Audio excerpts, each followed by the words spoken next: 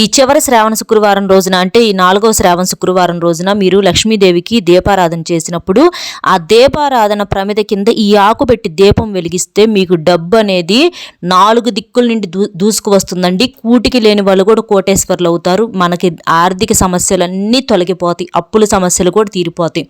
ఏంటంటే ఆ దీపం కింద తామరాకు ఉంటుంది కదా, మనకి తామరాకు దొరికితే తామరాకు తీసుకొచ్చుకోండి. ఎందుకంటే తామరాకులన్న తామర పువ్వులన్న లక్ష్మీదేవికి చాలా ఇష్టము. ఒకవేళ మీకు దొరకకపోతే రావి ఆకు, ఆ దీపం ప్రమిద కింద రావి ఆకు పెట్టి మీరు పైన దీపారాధన అంటే మట్టి ప్రమిదలో దీపారాధన చేయండి, మీకు చాలా బాగా కలిసి వస్తుందన్నమాట.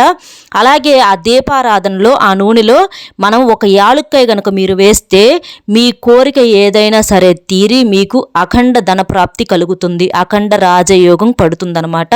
మట్టి ప్రమిదలో దీపారాధన చేయండి. వీడియో నచ్చితే లైక్ చేయండి.